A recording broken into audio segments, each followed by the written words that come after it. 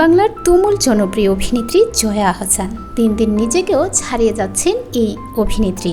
বাংলাদেশে যতটা জনপ্রিয়তা, পরিচিতি আর খ্যাতি অর্জন করেছেন, পশ্চিমবঙ্গেও ততটাই পরিচিতি তার। প্রথম সারির অভিনেত্রীদের তালিকায় থাকেন জয়া। দিয়েছেন একের পর এক হিট সিনেমা। তাই তো জয়াকে হাতছাড়া করতে চান না সে দেশের বাঘা বাঘা পরিচালকরাও। কিন্তু বিভিন্ন দেশ বিদেশি বিভিন্ন অনুষ্ঠানে কিন্তু জামদানি শাড়ি পরে জামদানি শাড়ি কদরটা বাড়ায়। সম্প্রতি ভূতপুরীর মুক্তির পর জয়ার হাতে এসে গেছে নতুন সিনেমার কাজও। সেটা নিয়ে এরই মধ্যে ঢাকঢোল পেটাচ্ছে পশ্চিমবঙ্গের গণমাধ্যমগুলো। এর আগে করক সিংয়ের মাধ্যমে বলিউডে অভিষেক হয়েছিল জয়ার। সেই সিনেমার পরিচালকেরই ছবি ডিয়ার মা। জয়া হাসানের নতুন ছবির নাম ডিয়ার মা।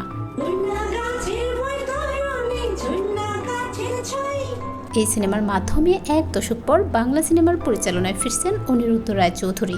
হিন্দিতে পিঙ্ক লস্ট করং সিং বানানোর পর আবারও বাংলা সিনেমায় হাত দিয়েছেন গুণী এই নির্মাতা। আর সেখানেই পড়েছে জয়ার ডাক। মুখ্য চরিত্রে অভিনয় করেছেন জয়া আহসান। সিনেমায় জয়ার স্বামীর চরিত্রে অভিনয় করবেন চন্দ্রন রায় সেনাল। গুরুত্বপূর্ণ চরিত্রে আছেন পশ্চিমবঙ্গের গুণী অভিনেতা শাশ্বত চট্টোপাধ্যায়।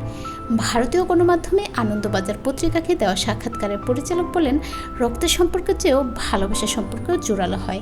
মেয়েকে বড় করার মাধ্যমে মায়ের জীবনের উত্তরণ হয়, সে পরিপূর্ণ হয়। সিনেমায় মা বাবা সন্তানের সম্পর্কের বিশেষ দিক উঠে আসবে পর্দায়।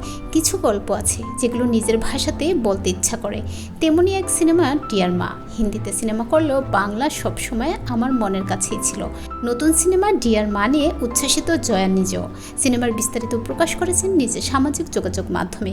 লিখেছেন, করক সিংয়ের পর দ্বিতীয় দফায় সুযোগ দেওয়ার জন্য অনিরুদ্ধ রায়চৌধুরীকে কৃতজ্ঞতা জানাই।